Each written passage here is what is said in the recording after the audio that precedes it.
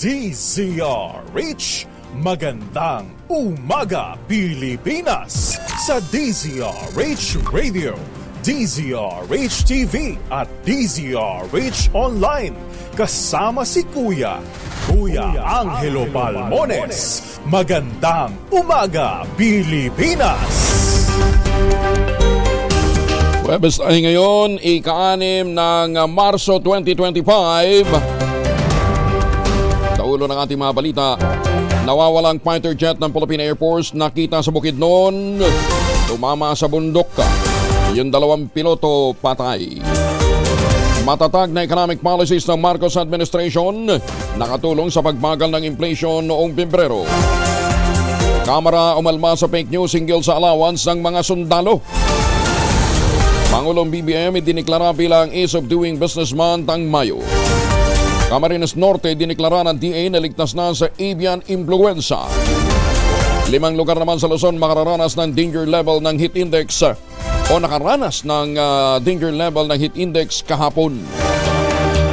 Kasama pa rin natin ang buong radyo natin FM nationwide, ang ating action radio station sa Luzon, Visayas at Mindanao, 91.7 BNFM Radio sa Cebu at 94.3 FM sa Jensan. Bagong balita, bagong impormasyon, kasama si Kuya Angelo Balmones. Magandang umaga Pilipinas! Sa detalye ng mga balita, makyat sa danger level ang heat index ng 5 lugar sa Luzon kahapon po ito March 5. Ayon sa pag-asa, ang pinakamataas na heat index ay naitala sa 43 degrees Celsius sa Birac, Catanduanes. Kasunod ang 42 degrees Celsius naman sa Itchagi, Isabela, Baler, Aurora, San Jose, Occidental Mindoro at Pili, Camarines Sur. Ang heat index na nasa pagitan ng 42 hanggang 51 degrees Celsius ay tinuturing na mapanganib. Maaring magresulta ng heat cramps, heat exhaustion at heat stroke kapag patuloy na nagbibilad sa init ng araw. Sa heat index forecast ng pag-asa ngayong araw, posibleng maranasan pa rin ang danger heat index sa San Jose, Occidental Mindoro. Maaaring makaranas din ng 40 degrees Celsius na heat index ang Pasay City sa Ninoy Aquino International Airport. Medyo mababa naman sa Science Garden sa Quezon City, 39 degrees Celsius. Kinakailangan pa rin ho ang ibang pag-iingat, magbaon ng pananggalang laban sa init. Pinayuhan naman ng Department of Education ng mga paaralan magpatupad na ng adjustment sa kanilang mga klase schedule, magpatupad ng remote learning measures. Ito ay sa gitna ng matinding init ng panahon na nararanasan sa iba't ibang panig ng bansa na nagre-resulta ng class suspension. Layan ng direktiba ng DepEd na matiyak ang kaligtasan ng mga mag-aaral maging ng mga school personnel. Una rito, sinabi ni Education Secretary Sani Angara, may mga paaralan at lugar na nag-adjust na ng pasok mula 6 a.m. hanggang 10 a.m. habang 2 to 6 p.m. naman ang pasok sa hapon. Balik na ang pagpapatupad ng heat stroke break ng mga tauhan ng Metropolitan Manila Development Authority sa gitna ng matinding init na nagsimula ng maranasan habang papalapit pa lamang ang summer season. Ito'y para sa mga field personnel ng ahensya, kabilang mga traffic enforcer at mga street sweeper para maprotektahan din sila sa mga heat-related na sakit. Sa ilalim ng heat stroke break policy, ang mga on-duty na mga traffic enforcer at mga street sweeper ay pinapayagang umalis ng kanilang pwesto upang mag-rehydrate, sumilong at magpahinga ng 30 minuto. Pero nilinaw na MMDA Chair Don Artes, salitan ang gagawin ng mga nakatalaga sa isang partikular na lugar upang mapanatili pa rin ang visibility ng mga personnel at hindi maapektuhan ang kanilang trabaho. Tatagal ang heat stroke break hanggang May 31, 2025. Inimok naman ni Senator Bongo ang mga kapwa niya mga maggagawa sa gobyerno manatiling dedicated sa kanilang tungkulin. May kasamang pag-iingat laban sa panganib dulot na matinding init ng kasalukuyang panahon.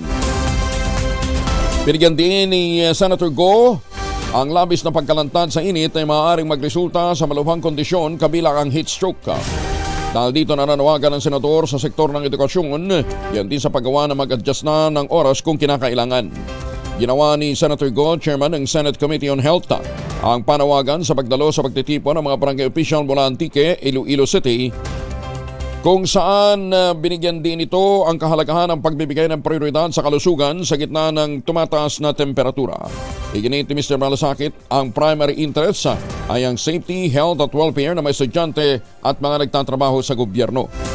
Dahil sa matinding init ng panahon, iginit ni Senator Go ang pangangailangan na magkaroon din ng mga preventive measures. Hinimok niya lahat na manatiling hydrated at ang mga ahensya ng gobyerno na gumawa na rin ng kinakailangang pagsasaayos ay kumilos na upang mapangalagaan ang kapakanan ng mga manggagawa at mga estudyante.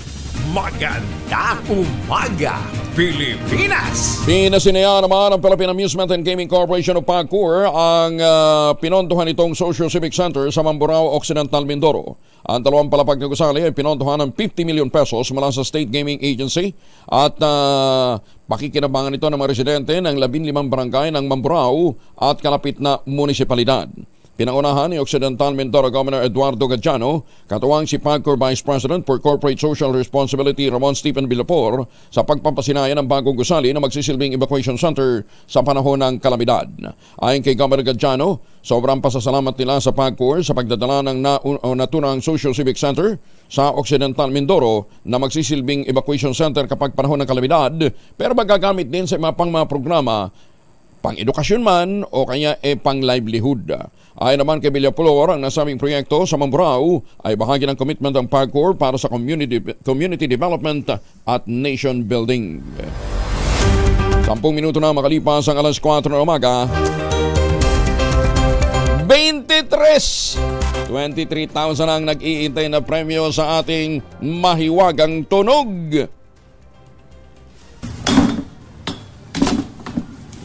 Ayan.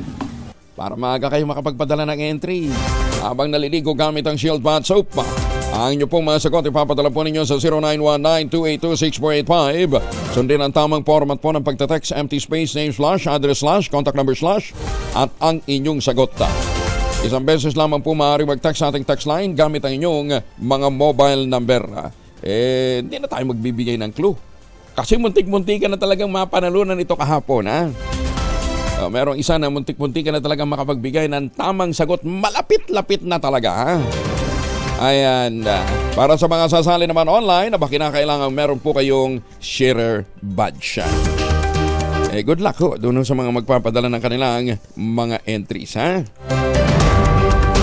Samantala, natagpuan na ang nawawalang FA-50 fighter jet ng Philippine Air Force. Pero hindi pala naka-eject yung dalawa. Patay na yung dalawang pilotong sakay ng naturang fighter jet sa Mount Kalatungan, Bukidnon. Ayon sa Philippine Air Force spokesperson na si Colonel Maria Consuelo Castillo, natagpuan ng ground troops ng search and rescue team ng Philippine Army ang crash site at nakitang wasak na wasak ang bumagsak na fighter jet. Iniutos naman ng hepe ng Philippine Air Force na si Lieutenant General Arthur Cordura ang grounding ng 11 pang FA-50 fighter jets habang iniimbestigahan ang nasabing trahedya. Magugunita na ang FA-50 fighter jets ay napaulat na nawala o ito pong fighter jet na ito ay nawawala nang mawala ng komunikasyon sa isa pang fighter jet noong Martes habang nagsasagawa ng flight mission. Ang aircraft ay galing sa Cebu patungo sana sa target area nang mangyari ang naturang trahedya. Mamadali naman ang Philippine Air Force ang isinasagawa nitong investigasyon sa pagbagsak ng fighter jet sa kabuntukan ng Bukidnon. Ayon kay Air Force spokesperson Colonel Bon Castillo, ito ay para mapayagan na makalipad muli ang fleet ng FA-50 jets na ngayon ay grounded dahil nga sa naturang insidente. Agad na sinuspende ang operasyon ng nalalabing isang 50 o FA-50 habang nagsasagawa pa ng investigasyon kaugnay ng naturang trahedya na ikinamatay ng dalawang piloto. Aminado naman si Castillo na malaki ang magiging epekto ng pagpapatigil sa operasyon ito sa pagbabantay ng teritoryo ng ating bansa hanggang sa exclusive economic zone. Pero tiniyak ng opisyal, may mga fighter planes naman na katulad ng S-211 na maaaring magamit sa pagpapatrolya sa karagatan. Itong maritime patrol naman natin, we have different types of aircraft that are also involved. We have our other fixed-wing aircraft that we can deploy to do our maritime patrol and monitoring of our territorial waters as well as our areas within the exclusive economic zone. Isama ho natin sa ating panalangin ang nasawing 2 piloto. Nakakalungkot lang. Opisyal lamang idineklara ni Agriculture Secretary Francisco Chularel Jr. na libre na sa avian influenza ang Camarines Norte matapos sa matagumpay na pagpigil sa nakahahawang sakit dahil sa mabilis na pag-aksyon ng lokal na pamahalaan at mga ahensya ng Department of Agriculture. Isang kaso ng nakahahawang avian influenza subtype H5N2 ang nakumpirma noong Disyembre sa isang duck farm sa bayan ng Talisay. Bilang tugon, agad na nakipag-ugnayan ang pamahalang panlalawigan ng Camarines Norte sa bayan ho naman ng Talisay, sa DA Regional Field Office 5 at Bureau of Animal Industry at mabilis na ipinatupad ang komprehensibong control strategy. Kabilang dito ang agaran depopulation sa apektadong farm, masinsinang paglilinis at disinfection, pagkontrol sa kilos at pinagandang surveillance, pawang mga hakbang na naaayon sa panuntunan ng Avian Influenza Protection Program. Kasunod ng mga nabanggitang aksyon, walang naitalang bagong infection sa mga ibon sa ginawang surveillance 1 km at 7 km radius ng mga apektadong lugar ginawa ng pagsusuri at nagresulta ho naman sa pagsusuri negative na ang pagkalat pa ng virus. Alas 4:15 ay mga mamis po, pwede ho tayo mag-laundry day today ha. Kaya huwag niyo sabihin baka biglang umulan. Bantayan. Punot noo ka ba kapag makapit, padikit at malupit ang mancha? All you need is Pride. At mapahirapan ang South sa Pride, easy at worry-free naman ang laundry. Sa triple stain-away formula, tanggal ang matitinding mancha based on tensed chocolate, mud and semblance cotton. Gawa po ito ng ACS. Bagong balita, bagong impormasyon. Kasama si Kuyang Angelo Palmones. Magandang umaga, Pilipinas!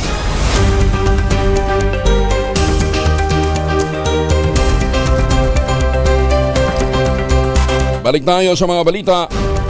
Bumagal sa 2.1% ang inflation rate o ang bilis ng pagtaas ng presyo ng mga produkto at serbisyo sa bansa nitong Pebrero.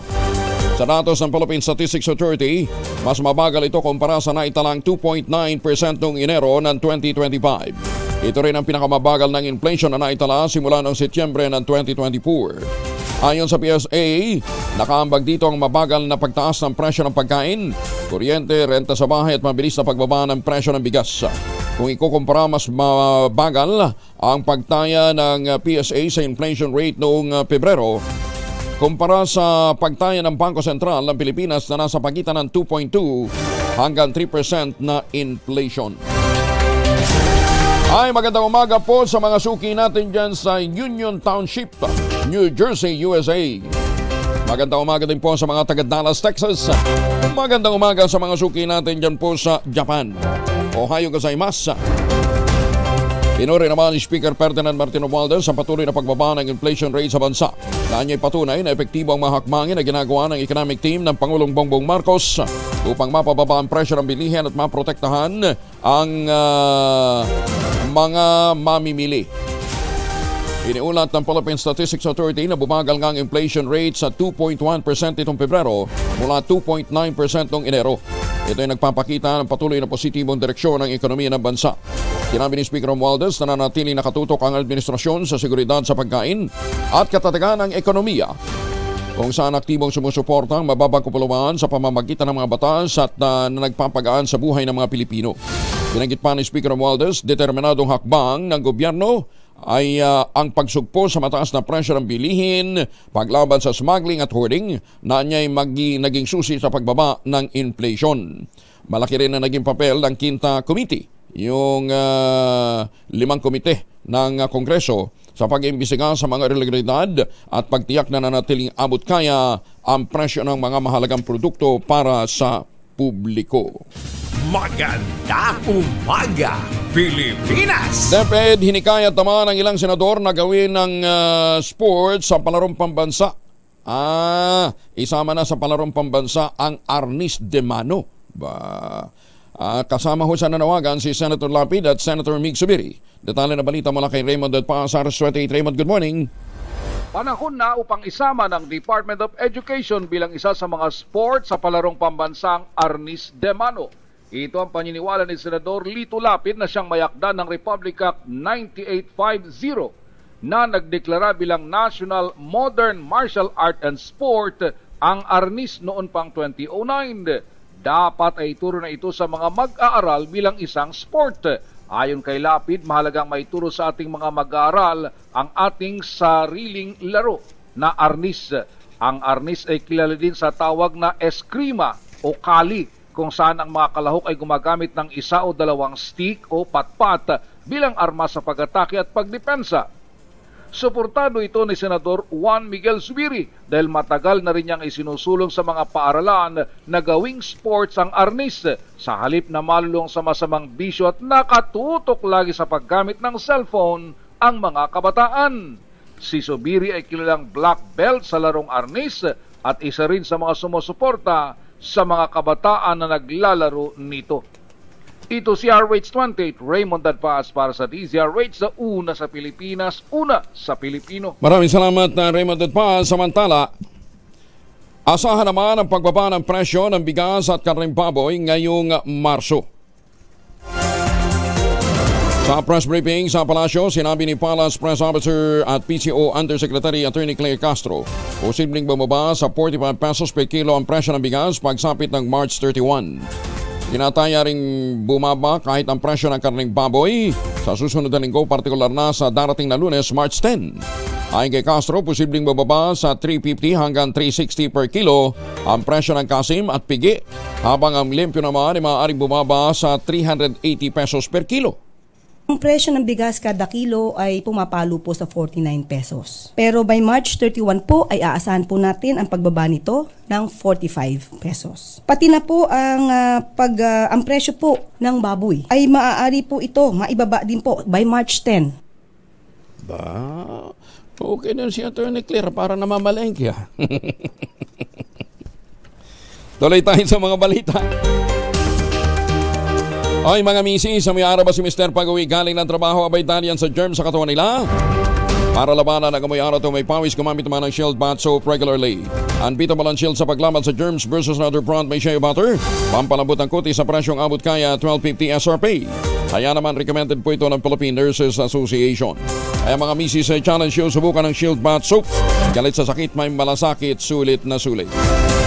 Kinilala naman ng Philippine Statistics Authority ang naging pagsisikap ng Department of Agriculture upang mapatatag ang presyo ng mga pagkain, partikular na ng bigas. Sa hindi inaasahang pagbagal ng inflation rate nitong Pebrero, mas mababa pa sa pagtaya ng Central Bank at ng financial market.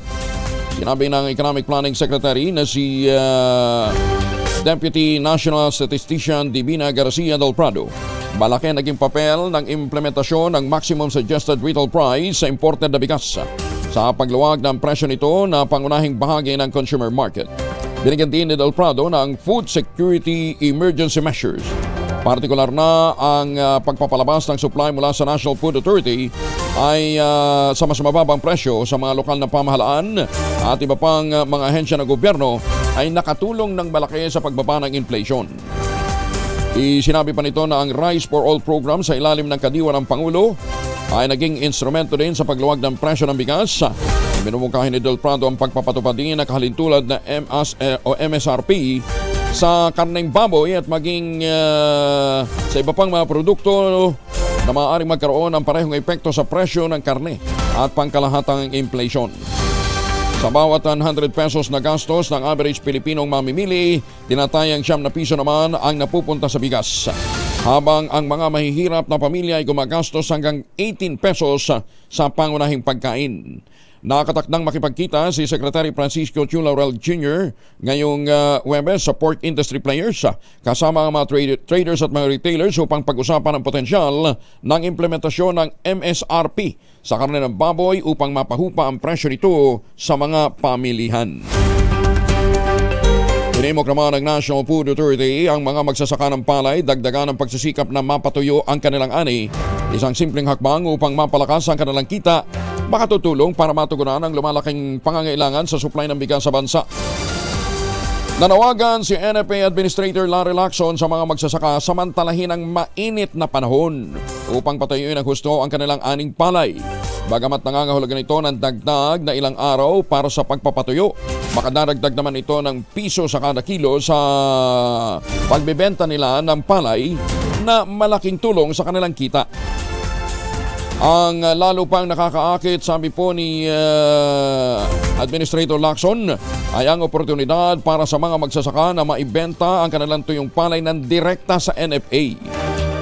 Sinabi niya na ngayong linggong ito, itinaas na ang buying price sa 18 pesos per kilo para sa mga sariwang palay, 24 pesos naman para sa malinis at tuyong palay. Tinukoy ni Lacson na sa kasalukuyan nagbabayad ng 20 to 22 pesos per kilo sa malinis at tuyong palay ang mga rice miller. Ang sariwa naman o basang palay ay karaniwang mas mababa ng 5 piso per kilo ang farm gate price. Ginawa ng NFA ang apela sa harap ng hamon sa pandaigdigang presyo ng merkado at idinagdag pa nito na inaasahan ang magandang ani ng palay ngayong taon dahil sa gumagandang kondisyon ng panahon na nakapagdulot naman ng pressure din sa presyo ng palay. Target ng NFA na makabili ng 880,000 metric tons ng palay ngayong taon upang maabot ang bagong pangangailangang reserba na katumba sa 15 days ng pangangailangan ng bansa batay sa itinatakda ng inamyendahang Rice Tarification Law. Personal na ipapaabot naman ni Senator Amy Marcos ang kanyang suporta para sa mga kababaihan ng Quezon Province ngayong ipinagdiriwang ang Women's Month. Magsisilbing guest of honor at speaker si Senator Amy kung saan bibigyan din niya kahalagahan ng women empowerment, gender equality at inclusive economic opportunities. Ayon kay Senator Amy, malaki ang ginagampan ng papel ng mga kababaihan sa lipunan mula sa pagpapatakbo ng pamilya hanggang sa pag-unlad ng ating ekonomiya. Sa pagdiriwang ng Women's Month, nais niyang kilalanin at suportahan ang ambag ng mga kababaihan para sa pagsusulong ng iba't ibang mga programa katulad ng livelihood, edukasyon at gayon din sa proteksyon ng ating mga karapatan. Tatalakayin din ni Senator Marcos ang mga kasalukuyang batas at panukalang makatutulong sa pagpapalakas ng sektor ng kababaihan, kabilang mga programa para sa women entrepreneurs, solo parents at proteksyon laban sa domestic violence at discrimination. Bukod sa pagdiriwang ng Women's Month, makikipagdialogo rin si Senator Amy sa iba't ibang sektor at mga barangay official ng Infanta, Quezon at sa mga bayan din ng Ibaan at Lemery, Batangas. Personal na pakikinggan ni Senator Amy ang pangangailangan at mga suggestion ng mga sectoral groups. Naniniwala si Senator Amy Marcos na napakahalaga ang direktang pakikipag-usap sa mga lokal na mga leader at mga mamamayan upang masiguro na nakakarating sila o nakakarating sa kanila ang mga isinusulong na mga programa ng ating bansa. 27 na makalipas ang alas 4 ng umaga. Tumaas naman ang bilang ng mga pasyenteng nadali ng stroke sa Tacloban City. Detalye na balita mula kay Jimmy Angay-Angay, RS32, maupay nga agad, Jimmy. Tumataas ang bilang ng mga na-stroke na pasyente na ginagamot sa Tacloban City Hospital. Ito ang sinabi ni Tacloban City Hospital Chief Dr. Gloria Fabregas sa isang panayam. Ayon kay Dr. Fabregas na mabuti nilang may mga consultant o espesyalista na mga doktor para matulungan ang mga pasyente. Kaya para makaiwas sa stroke, kailangan ang mga bawat isa magdahan-dahan sa pagkakain ng matatabang pagkain, matatamis at maalat. Kailangan din may disiplina sa sarili, matulog ng saktong oras at mag-ehersisyo. Dahil kapag kulang sa tulog ang tendency ng isang tao, magkakalitin na nagiging contributory factor sa pag-i-stroke. Mula dito sa DYVL Action Radio Tacloban, ito si R32 Jimmy Angay-Angay para sa DZRH, una sa Pilipinas, una sa Pilipino. Daghang salamat, Jimmy Angay-Angay. Bagong balita, bagong impormasyon, kasama si Kuyang Angelo Palmones. Magandang umaga, Pilipinas. Baka kayo hoy may mga importanteng lakad, magbaon din ng proteksyon laban sa mikrobyo. May dalawang formulation ng family alcohol na pwede nating pagpilian. Yung family 70% isopropyl alcohol, especially prepared for clinics, hospital, pharmacies, laboratories, pero okay na okay din po yan sa mga households sa ating mga emergency kit. Very effective yan sa disinfection at sterilization. Ganyan na bagsik ng family 70% isopropyl alcohol, maghapon man natin gamitin, no problem. Hindi po manuno yung ating mga kamay dahil meron po itong moisturizer. Yung po namang mabangong family rubbing compound improved alcohol, ayan po yung mabangong isopropyl alcohol na ginagamit po ng mga masahista, mga barbero, mga doktor, mga nurse, mga kabadrona for sponge, bathing, and other cleansing purposes. Family rubbing alcohol parang DCRH book na sa mahabang panahon, mabibili sa namang butik at convenience stores nationwide. Family rubbing alcohol hindi lang pampamilya, pang sports pa. Magandang umaga, Pilipinas. Aba, mag-showbiz nga muna tayo. Si Sharon Cuneta daw po, itinangging nagparitoke siya. At hindi din daw siya umiinom ng gamot na pampapayat.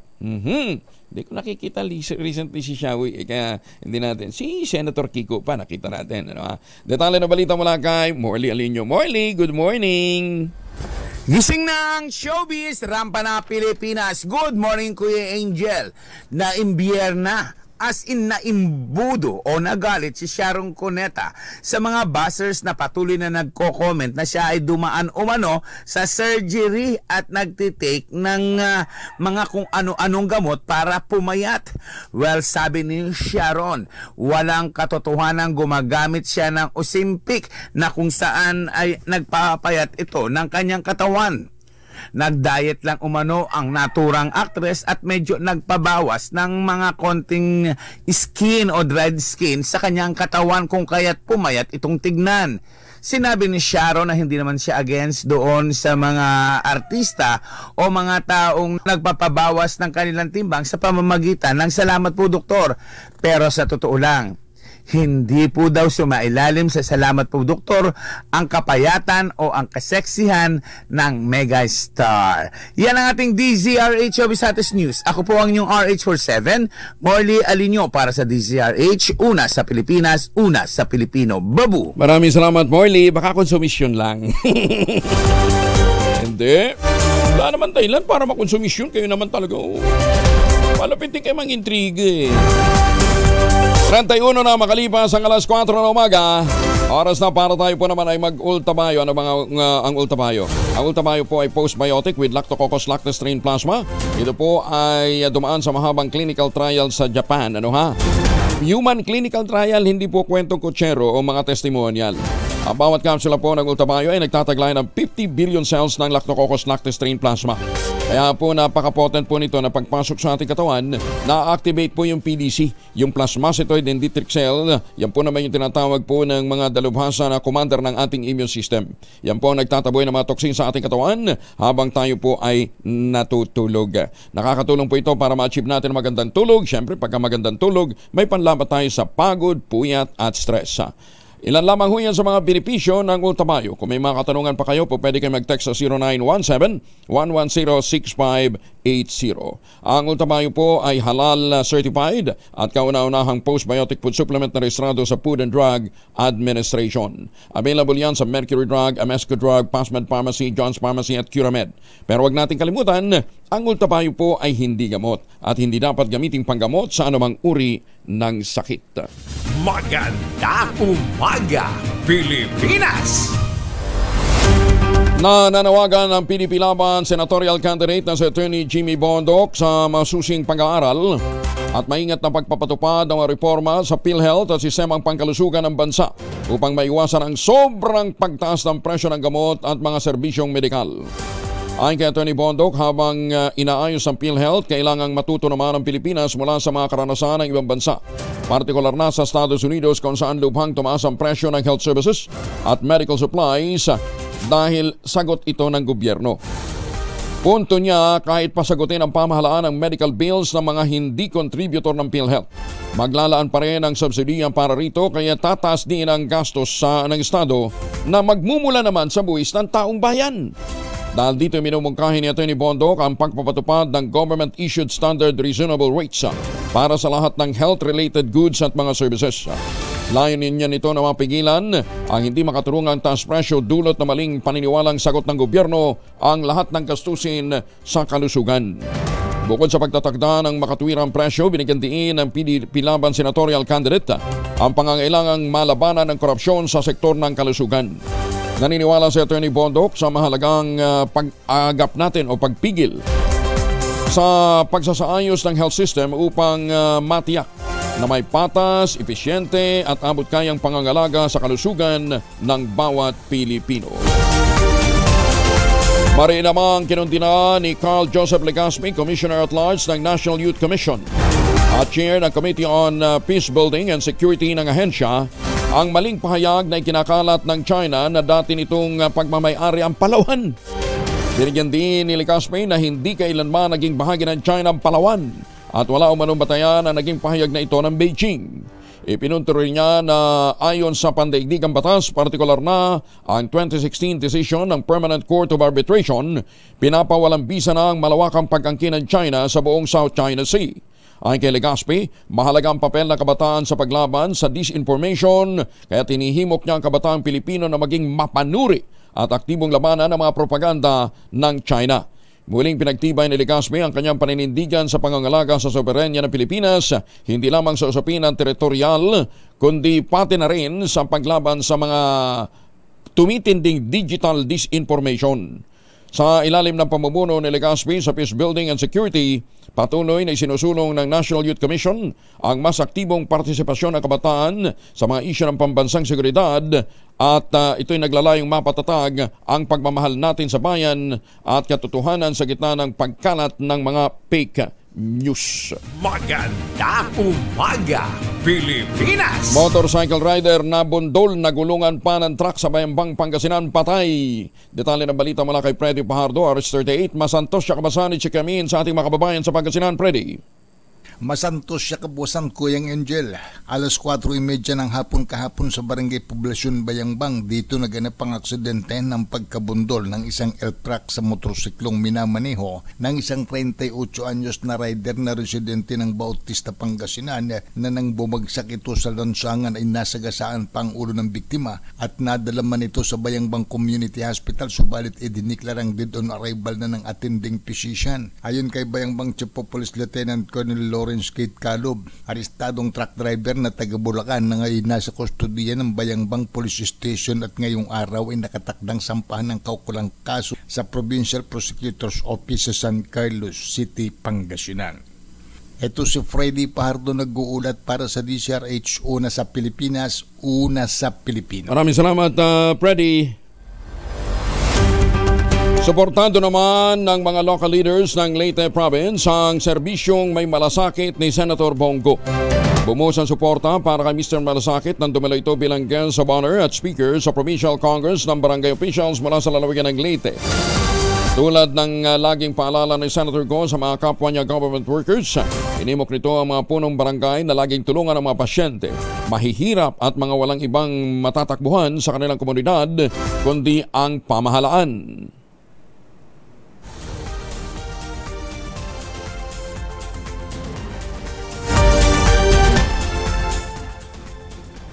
Wala naman pumapasok eh.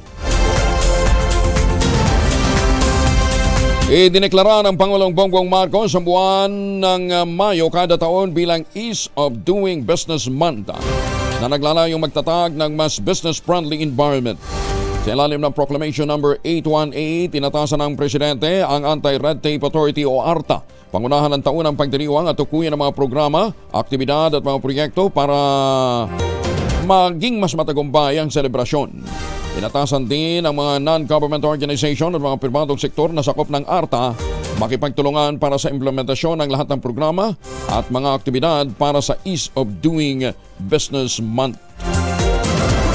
Dinatikos ni Deputy Speaker J.J. Suarez ng Quezon ang kumakalat ng mga balita na tinanggihan ng gobyerno ang pagtataas ng daily subsistence allowance ng mga sundalo.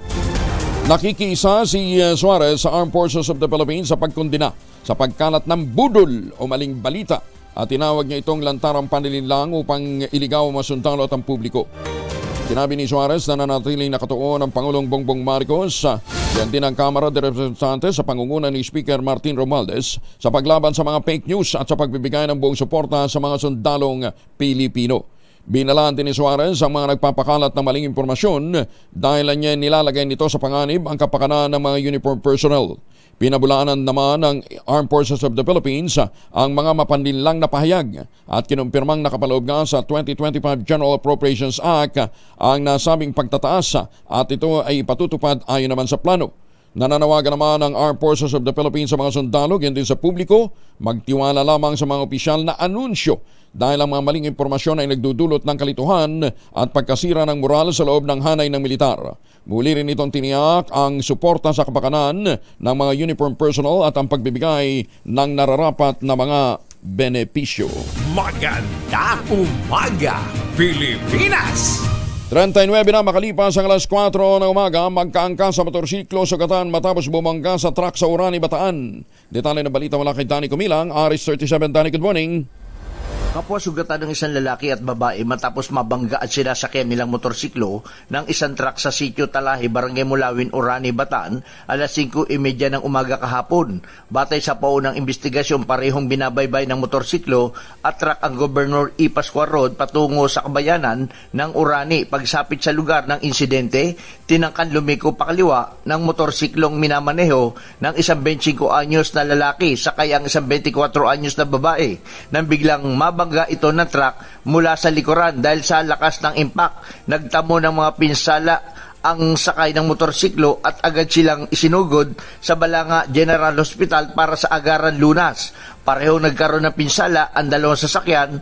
Patuloy ang investigasyon ng mga otoridad upang matukoy ang buong detalye ng aksidente. Danny Kumilang, RH37 DCRH, una sa Pilipinas, una sa Pilipino. Maraming salamat, Danny. May abang-abang kay kayungan sa ating mga kababayan dyan po naman sa Pampanga. Oy! Baka kayo ipauwi ng Pilipinas sa mga kababayan natin abroad na nasa biyahe ho ngayon, sa mga seafarers natin, sa ating mga OFW. Kung kayo po ipabalik ng Pilipinas, sabay wag nang magpasalubong ng imported na tsokolate dahil meron po tayong pinagmamalaking tangerine chocolate. Ang tangerine chocolate po ay produkto ng mga magniyog ng mga magsasaka dyan po sa lalawigan ng Quezon. Sa tulong po ni Dr. Helen Tan, yung po mga planting material ng kakao galing Davao, hinakot po yan para maitanim sa ilalim po ng mga nyugan. Kaya ngayon, nagpo-produce na ho sila ng dekalidad na kakao beans.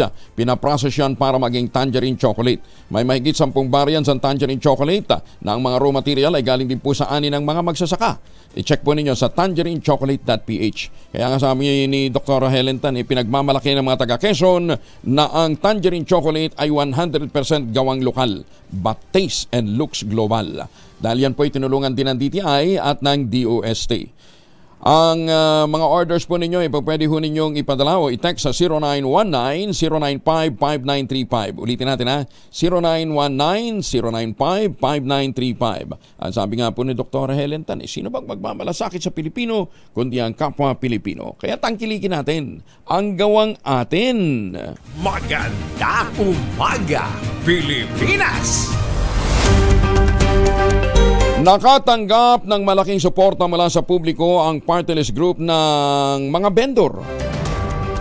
Ito yung isa sa mga advokasya ng Batang Quiapo. Batay ho sa mga pre-election survey, maganda naman ang nakikita nilang chances ng Batang Quiapo. Sa pinakahuling pre-election survey na sinagawa ng Octa Research Group mula Enero 25 hanggang 31, natukoy ang Batang Quiapo bilang isa sa mga party list group na posibleng makakuha ng kahit isang pwesto sa Kongreso. Lumalabas din sa Pulse Asia Survey na isinagawa mula Enero 18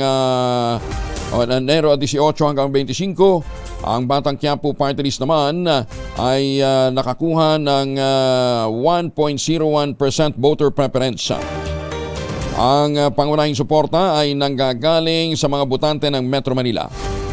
Isa rin ito sa mga nununang partido sa pinakabagong 2025 pre-election party list survey ng Tangere. At isang kumpanya ng market research na nakatuon naman sa mga mamimili kung saan ang survey isinagawa mula Pebrero 11 hanggang 14, kung saan ang Batang Quiapo ay nakakuha ng 1.37 voter preference.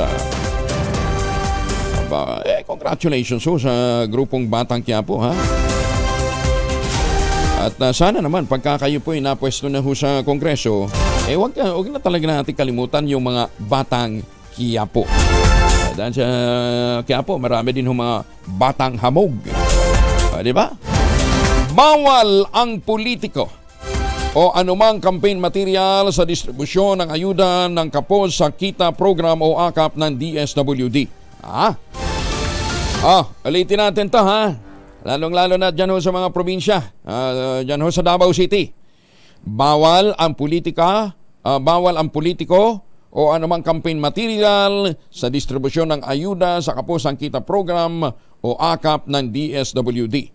Alinsunod ito sa inilabas na guidelines ng ahensya hinggil sa pamamahagi ng nasabing ayuda ngayong nalalapit na eleksyon.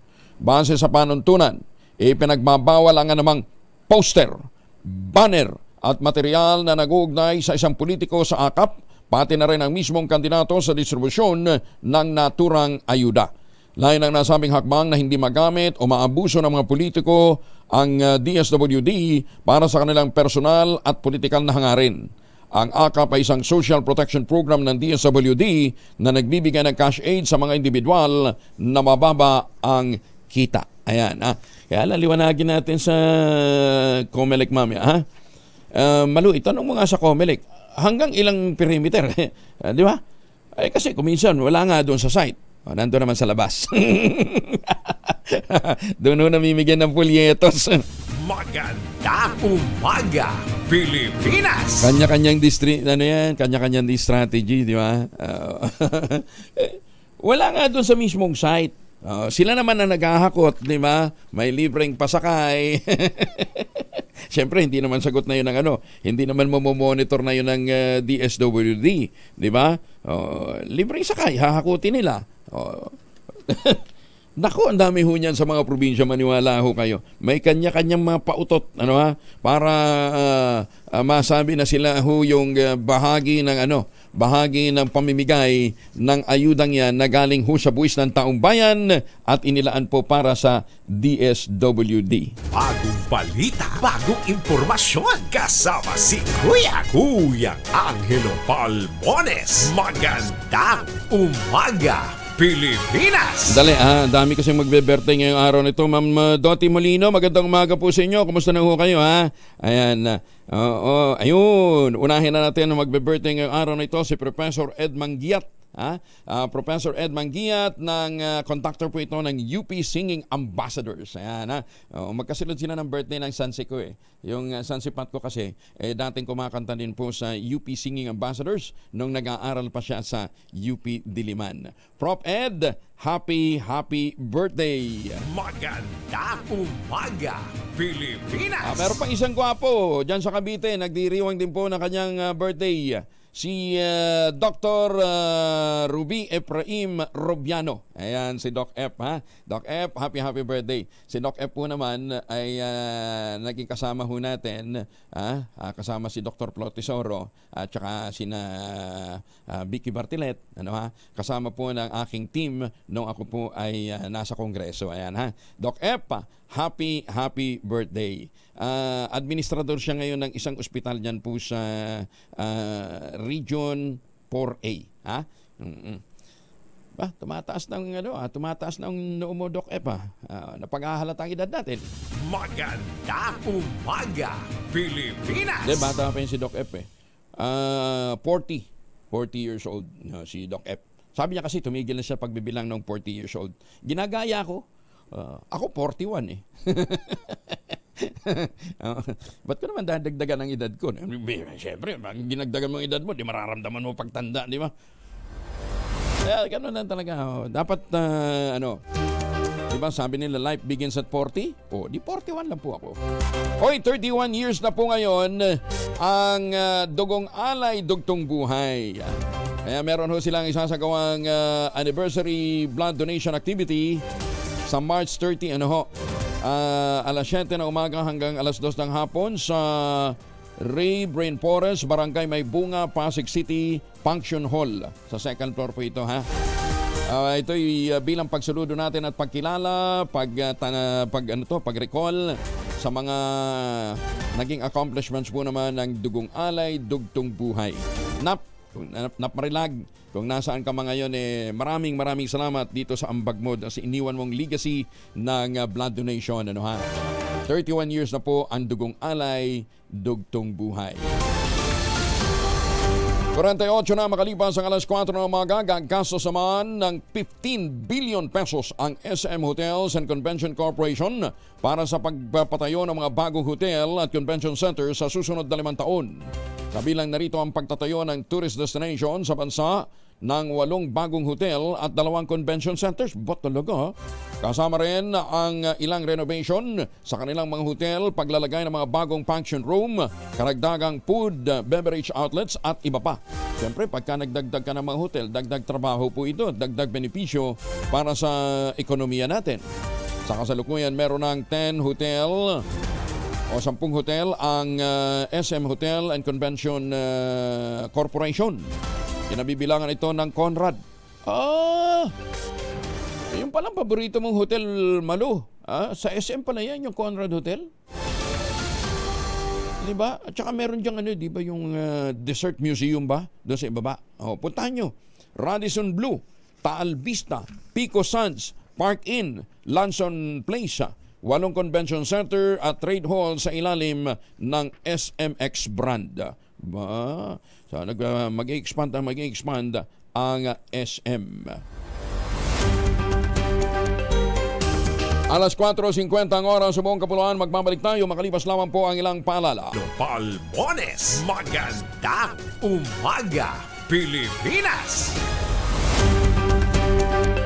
Sabi ni Rowena Bagay, bawal ang materials pero tinatanong kung botante ba o registered voter. Ang daming scheme, sabi ko sa inyo bawal nga ang picture. Kaya lang, doon sa medyo malayo-layo naman, nandun. Liwanagin nga natin kung gaano kalayo mula sa perimeter, yung pinagbabawal. Kasi kung saan naman yung venue, doon naman itinatagtag, inilalagay yung sa katerbang mga poster ng mga... Huwag nyo nga niloloko ng ating mga kababayan. 52 makalipas ang alas 4 ng umaga.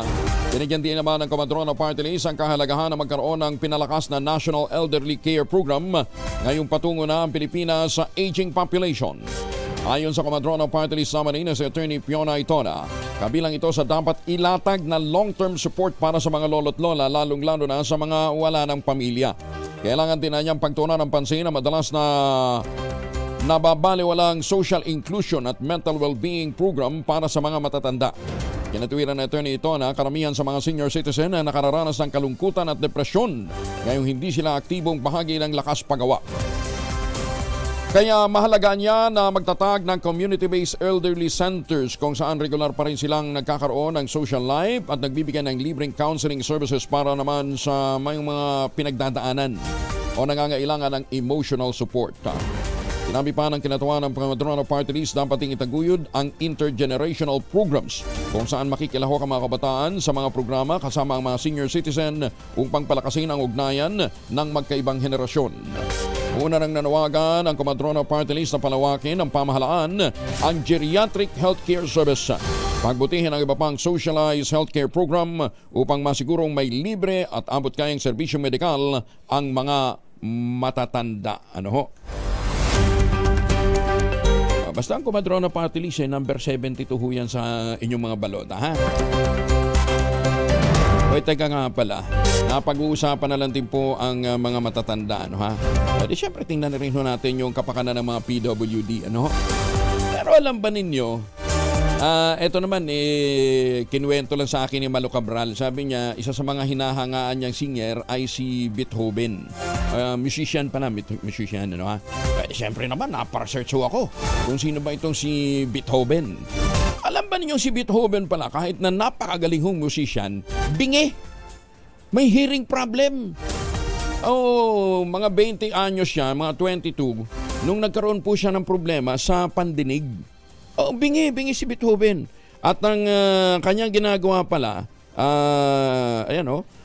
after losing his hearing, nadiskubre ni Beethoven na ang pagkagat ng metal rod na naka-attach sa kanyang piano makatutulong para maramdaman niya yung vibration ng instrumento.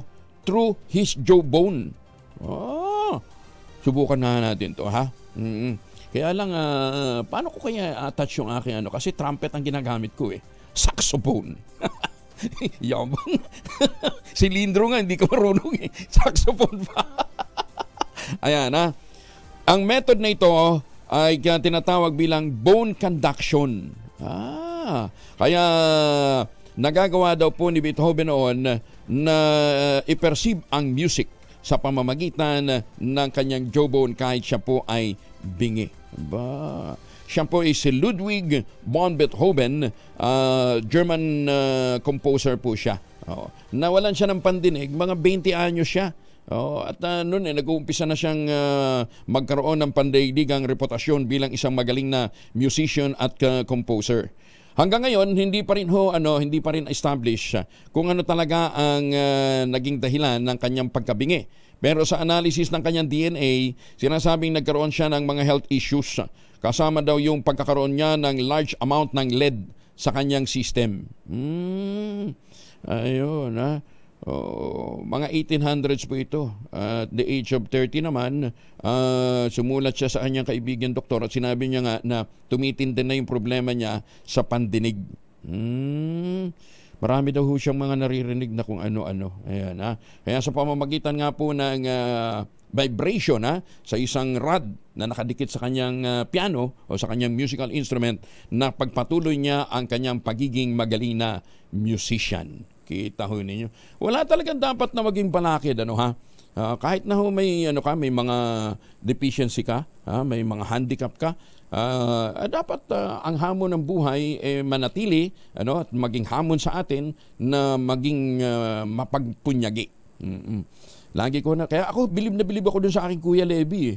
Yung eldest ho namin, meron po siyang macular degeneration. Unti-unti ho siyang nabulag at habang nagkakaedad, lumalabo yung kanyang mata. Yung pala nasa genes din pala yan.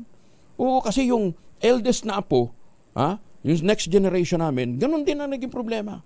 Nabulag din po, unti-unti nabulag. Nagkaroon po natutuyo yung ugat sa mata. Yung pala yung tinatawag na macular degeneration. Pero yung kuya ko, highly functional, nag-retire siya, supervisor ng DepEd.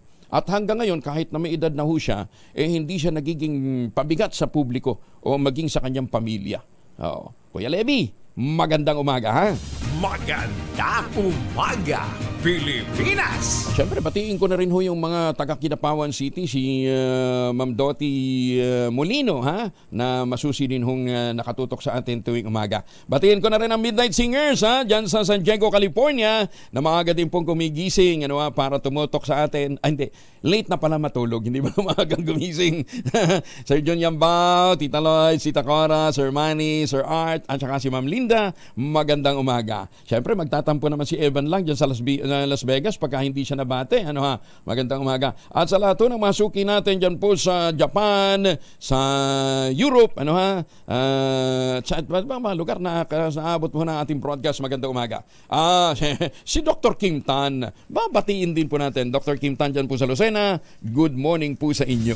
Magandang umaga, Pilipinas! At saka baka kayo naghahanap ng magandang investment opportunity dito po sa Pilipinas. Ito po yung pinakamura na ready for occupancy unit sa buong housing industry with easiest term, 5% lamang daw payment, pwede pang gives. With 20,000 pesos all in daw payment, pwede ka na maglipat bahay agad after take-out ng Pag-ibig Housing Loan. 7 days after take-out ng Pag-ibig Housing Loan.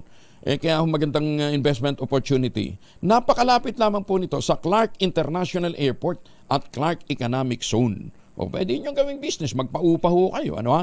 Nasa loob po ng township ang iba't ibang mga amenities, hindi lang po simbahan, hindi lang po palengke, nandun din ang eskwelahan, nandun mga grocery stores, at pati munisipyo. Kaya hindi mo na po problemahin yung problema sa traffic. Ito pa rin ang pangarap magkaroon ng sariling bahay sa presyong abot kaya. Makipag-ugnayan sa 0996-501-5555 o sa 0947-434-5555. Ito pa rin ang pangarap na magkaroon ng sariling bahay sa presyong abot kaya.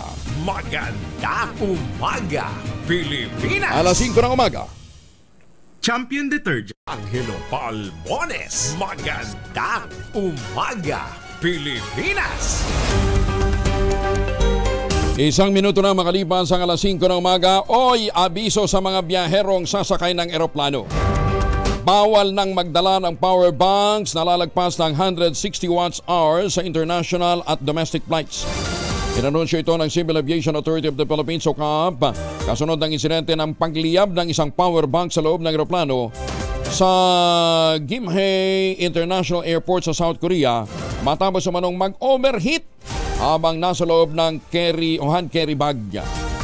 Sinabi ni CAAP spokesperson Eric Apolonio, nakikipag-ugnayan na sila sa mga lokal at mga foreign airlines ng mga paliparan sa buong bansa para ma-regulate ang paggamit po ng power bank. Hinikayat din ni Apolonio mga biyahero na alamin ang capacity ng kanilang power banks upang makasiguro sa bagong polisiya at hindi na magkaaberya. Paglilinaw naman ni Apolonio, pinapayagan pa naman ang pagdadala ng power bank na hindi lalagpas ng 100 watt per hour kahit walang approval. Pero ang hihigit sa 100 hanggang 160 watt hours ay kailangan munang aprubahan bago maipasok sa loob ng eroplano. Makipagtulungan ho tayo dahil ito po naman ay para sa kaligtasan ng lahat. Alamin muna natin ang lagyan ng panahon mula kay Kaobet Badrina ng Pag-asa. Kaobet, good morning! Magandang umaga po, magandang umaga sa lahat ng mga tagapakinig natin, Sir Angel. Sa ngayon wala naman tayong bagyo, wala ring low pressure area sa loob at labas ng Philippine Area of Responsibility. At ngayong araw, may tsansa pa rin ng mga pag-ulan or malaking tsansa ng mga pag-ulan sa may southern part ng Mindanao. Partikular na dito sa may area ng Basilan, Sulu at Tawi-Tawi, gayon din sa may Zamboanga Peninsula sa pag-iral pa rin niya ng easterlies. Samantala, muling umiiral po itong amihan, bagamat dito na lamang sa may extreme northern Luzon, kaya asahan sa Batanes ang mga isolated pulupulong may hinang pag-ulan. At dahil din sa amihan, ay may nakataas tayong gale warning sa area ng Batanes or Angel, kaya delikadong maglayag yung mga sasakyang pandagat at malilit na mga bangka sa mga baybayin po ng Batanes area. Dito naman sa Metro Manila, asahan pa rin natin medyo mainit na panahon ng mararanasan, ganyan sa nalabing bahagi ng ating bansa. Bagamat posible pa rin po yung mga isolated o pulupulong pag-ulan, pagkidlat, pagkulog dulot ng mga localized thunderstorms at sa pag-iral pa rin ng easterlies. So heto po, Sir Angel, yung lagay ng ating panahon mula sa Pag-asa. Ako si Obet Badrina. Salamat po. Nawawala. Ayan, Kaobet, temperatura daw sa Baguio, please. Okay po. Sa Baguio po, ang in-expect natin na agwat ng temperaturang mararanasan sa araw na ito ay 17 to 25 degrees Celsius. 17. Tapos nga po, yung maximum nila nasa 27 eh. Ganun? Mainit na rin? Opo. Okay. Tapos Tagaytay? Sa Tagaytay po, nasa 22 to 30 degrees Celsius. Mataas na rin po. Oo. Ay, sige. So, kinakailangan talaga, i-ready na natin ang ating mga pang-swimming. Opo. At payong din, Sir Angel, kasi almost na naman tayo, papasok tayo sa panahon ng tag-init. Kaobet, lagi nababanggit na pagka panahon ng tag-init, huwag kang magsusuot ng dark na mga damit, ha? Anong kinalaman nun?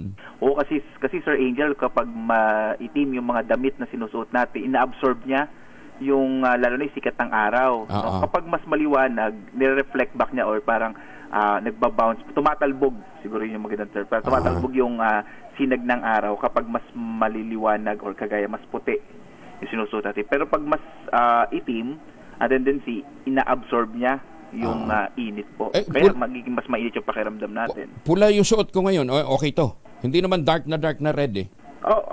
Pwede naman po yan. Pwede. Wag lang itim. Tsaka siguro dark blue. Yes, yung mga ganun po. Or siguro, Sir Angel, kung magsuot man ng itim, wag nang pumunta sa labas muna. Kasi nga, yun yung nag-absorb ng init eh.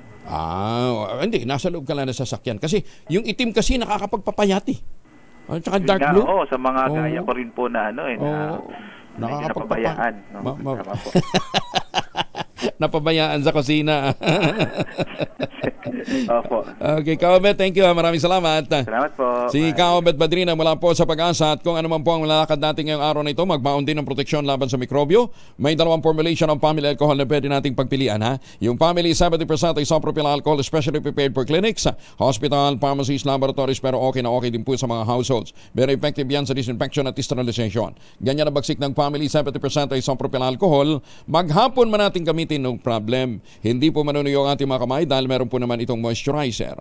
Yun namang mabangong family wrapping compound improvement cologne, ayun po yung mabangong isopropyl alcohol na ginagamit po ng mga masahista, mga doktor, mga nurse, mga komadrona for sponge, bathing and other cleansing purposes. Family wrapping alcohol parang DCRH book na sa mahabang panahon, mabibili sa namang butik at convenience stores nationwide. Family wrapping alcohol hindi lang pampamilya, pang sports pa. Samantala, sinisisi naman ni Agriculture Secretary Francisco Chu Laurel Jr. ang nakalipas na administrasyon sa suliraning kinakaharap ngayon ng sektor ng agrikultura. Ayon kay Laurel, sa loob kasi ng 40 taon, walang namuhunan para sa irigasyon at post-harvest ng bigas, ganti ng mais para masolusyonan ang problema. Tanging ngayong Marcos administration lamang niya nagsimulang mamuhunan ng gobyerno para sa buong farming sector. Kasabay nito paglilinaw ng kalihim, walang rice cartel sa bansa at profiteering ang dahilan kung bakit mataas pa rin ang presyo ng bigas sa kabila ng tapyasingil sa taripa sa mga imported na bigas. Magandang umaga, Pilipinas! Si Ginoong Rosendo So, si Kasendong ng grupong Sinag, ay kasama natin. Kasendong, magandang umaga po sa inyo. Ka-Angel, magandang umaga. Opo, tuloy ba yung meeting nyo ngayong araw na ito? May meeting daw ho kayo sa sa NEDA? Yung sa Tariff Commission na Tariff Commission pala. Nag-file tayo ng petition last Monday para magkaroon ng hearing. Baka next week magkakaroon ng hearing, no? Para at least mapag-usapan yung tariff na ibalik sa 35%. Na nakita naman natin kasi yung world market bumaba na ng $200 per metric ton, no?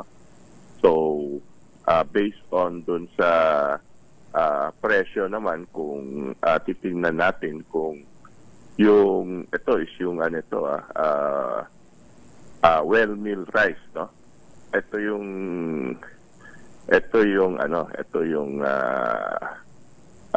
kung ibalik 5%. Sa 35%, 5%. Ibalik sa 35%, 33 pesos and 90 centavos na lang ang landed cost, no?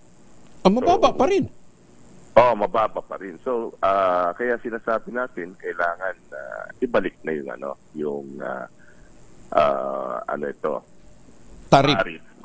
So, from 15 magiging 35. Balik sa 35. Okay. Para yung collection naman ng Bureau of Customs, may additional 20 bilyones na makolekta para mabigay sa atin magsasaka. Oo, kasi makikinabang ho doon sa malaking bahagi ng taripa na nakokolekta sa rice tarification law, isinasauli din po sa farming sector, pagbili ng mga ayuda, pagbili ng mga pagpapalagay ng mga post-harvest facilities, so pakiramdam nyo makukumbinsi natin ang Tariff Commission? Yes, kasi nakita naman natin yung last year, di ba, July to December, nung binaba yung tariff, walang nangyari dun sa presyo, di ba, ng bigas. Itong January, February, kaya bumaba yan dahil bumaba yung presyo ng world market price. So, ang inano natin, ito is kailangan ibalik na dahil at least yung collected tariff mabibigay sa magsasaka, yung pagbaba ng international price makaka-compete ang ating magsasaka dun sa international price na bumaba yung presyo. Maibalik natin yung mag-normalize na uli, Teka nga pala. Teka nga pala, Kasendo. Ang meeting pala ngayon para doon sa MSRP ng karne. Yeah, yung na lang yung retailer na lang saka itong biyahero ang may problem, no? Kasi yung sa itong mga producers nag-agree naman dun sa price na napag-usapan. Magkano dapat ang MSRP? Ang MSRP dapat 380 yung liempo. Yung kasid dapat sa 360. Pero hindi tataas ang farm gate? Yung farm gate dapat nasa 180. 200. 200. 235. 235. 230 to 235, yeah. Kaganda namang farm gate yan. Okay na rin yung presyo ng farm gate kasi yung break-even na computation natin sa backyard is 200 pesos.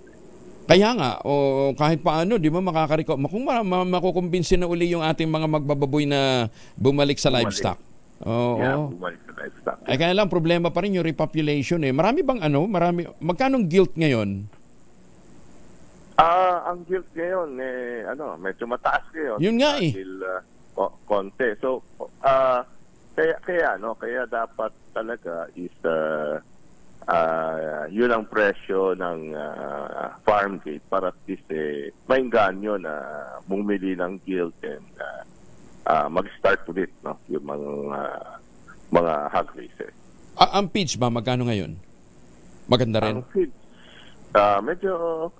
medyo yung corn nasa pa rin mataas pa rin, no? So compare 2 years ago, mataas pa rin yung feeds. Kaya yung corn kasi ngayon nasa 21 pesos per kilo. Delivered sa meter. So dati yan, dati 2 years ago nasa presyong 15. 15. Tama. Halos ganun lang eh. Oo. Sige. Pero sana gandahan yung programa, lalong-lalo ni para sa bakuna. Kasi hanggat walang ganung magandang programa, yung mga maliliit na mga backyard producers, mukhang talagang hindi gugustuhin magbalik sa pagbababoy ngayon. Yes. Lugi. Di ba? Tapos wala namang inaasahang subsidy. Baka po pwede lagyan din natin ng subsidiya, Kasendo. Di ba? Yung batas kasi, yung sa natin, yung tariff collected with livestock and poultry, nasa BICAM na yun, no? Hopefully pag pumasok yung kongreso ng itong June, may pasa. Yung taripa na nanggagaling sa imported na karne. Yes, parang yung rice din na yung tariff collected. So additional yun sa Angel, mga 20 bilyones, no? Teka muna. Sinong mamamahagi nung ng ayuda program, BAI? O mag-create ng isa pang agency? Mag-create ng isang agency para at least isang head doon na talagang mag-manage ng lahat na yung BAI and other agency. Kasi tutukan itong livestock and poultry development fund. Kasi actually hindi naman talaga perang kailangan din ng ating mga livestock producers eh. Ang kailangan nila yung ayuda in terms of gills o yung mga layer, o kaya yung mga breeder, yun ang kinakailangan para mapalakas yung ating livestock sector. Yes, so nasa BICAM na for the past year, wala naman masyadong budget ng livestock. Kaya ito yung batas na nakikita natin makakatulong talaga. Anong house bill yan?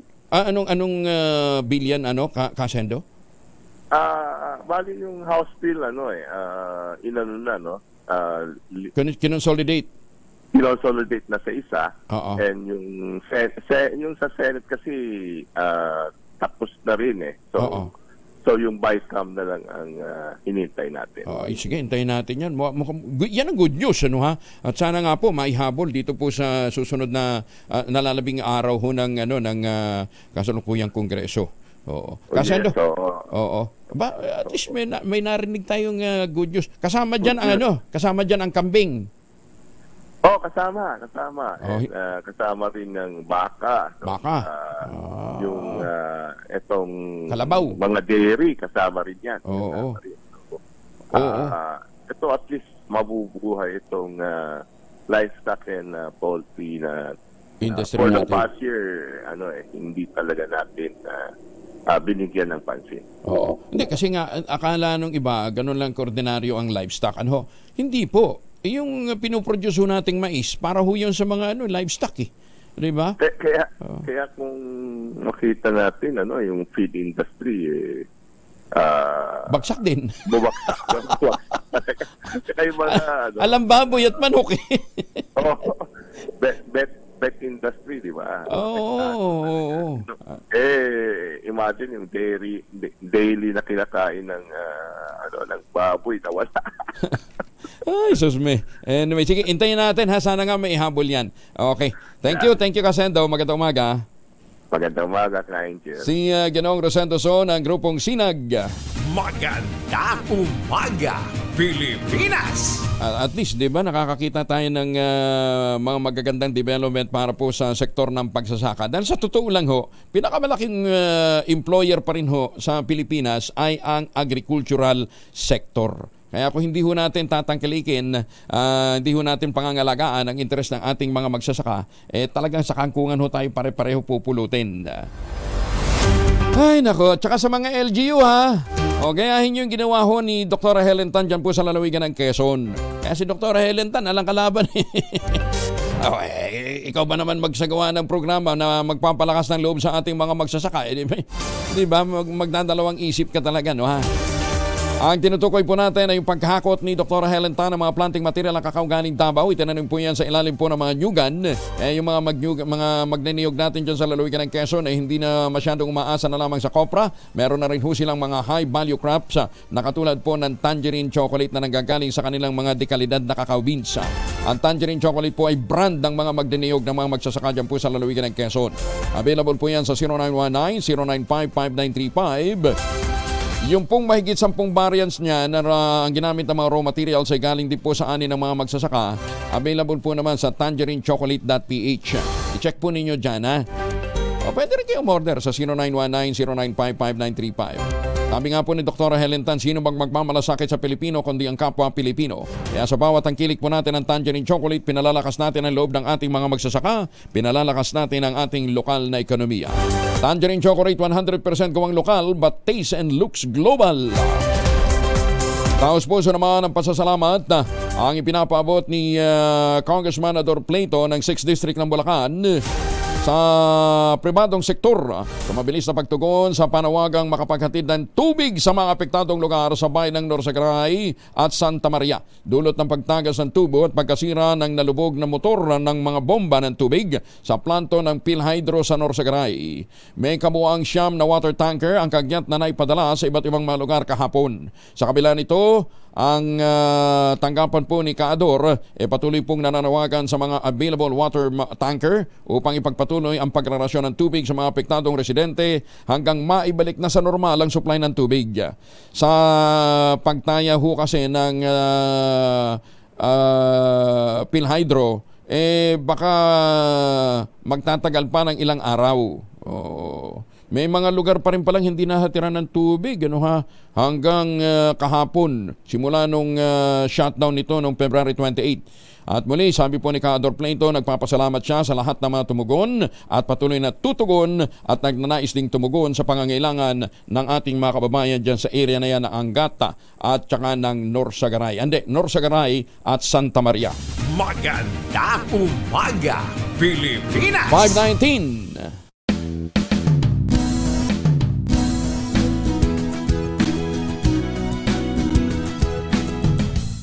Wow, ang saya. Isang barangay na labada, puro mancha pa. Goodbye, pahinga. Mommy, isang laba lang yan sa Pride Bar Blue. May powerful stain-away enzymes na malupit sa dunit mancha. At di masakit sa kamay. Isang laba lang yan. Hello, pahinga. Hello, Pride Bar Blue. ACS. Galing-galing mo. Smart dishwashing paste ko. Pritong ulam na masebo. Plato ng kaldero. Tanggaling for everyday. Ganyan pag Smart ang dishwashing paste. May double tanggaling formula. Tanggal ang sebo, tanggal ang bakterya. Bahit para walang bahit, linis fantastic sa metal at plastic. Number 1 ko to. Tanggaling-galing mo, Smart dishwashing paste. ACS. Sa lahat ng bagay, simula pa lang, siguraduhing max protection na. Kasi pag kulang ang proteksyon, baka madaling masira. Sa ngipin, dapat may Max Protection din. Max sa alaga ng unique toothpaste. With Max Protect formula, help stop cavities before they start, while keeping breath fresh. Try unique Maximum Fluoride Protection. Para Max alaga, Max Protektado. ACS. Magbago man ang panahon, doon kami sa gawang Peerless. Champion, mula sa baretang pangmatagalan, purong powder, hanggang sa mapulang liquid detergent. Kaya sa labahan, Champion! Tapat na walang katapat.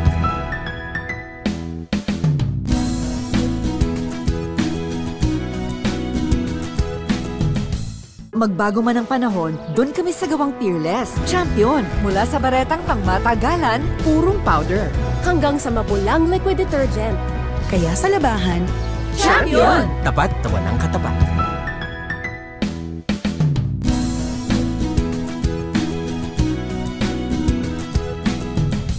magbago man ang panahon, doon kami sa gawang Peerless. Champion, mula sa baretang pangmatagalan, purong powder, hanggang sa mapulang liquid detergent. Kaya sa labahan, Champion! Tapat na walang katapat.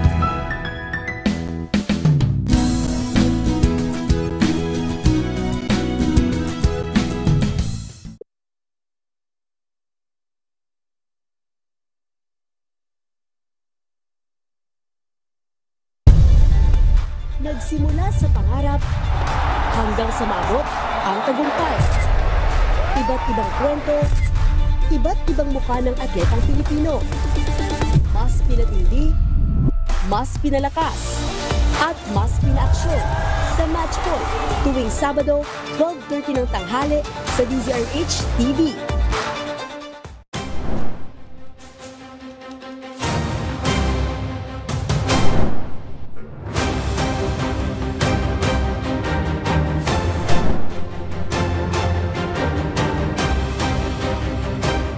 Alamin ang mga maiinit na isyung pambayan, mga balitang kailangan mong malaman, usapin sa pamahalaan, politika, ekonomiya at kabuhayan. Ito ang mga dapat mong malaman, pakialaman at pag-uusapan dahil kayo ang tinig ng mamamayan dito sa Damdaming Bayan.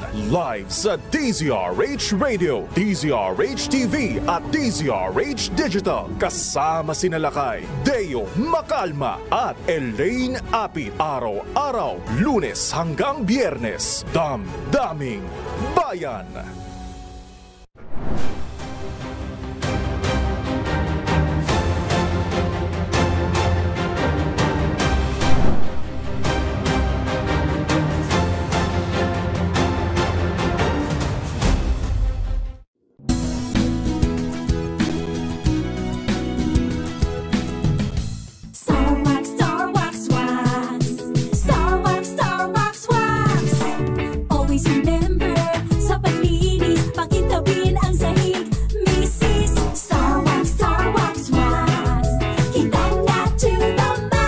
Starwax, ang #1 floor wax. May waterproof formula. Buhusan man ang tubig, balikin tabang sahig. Starwax, Starwax wax.